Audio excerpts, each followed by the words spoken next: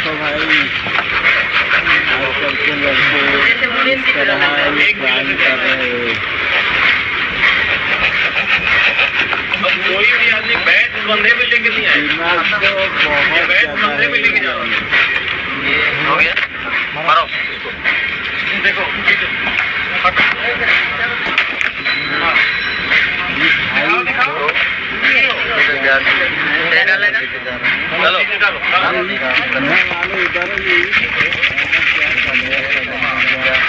दो 2.5 किलोमीटर हो गया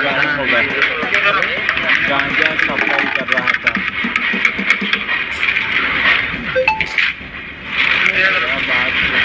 चाकी वाला निकाल लो।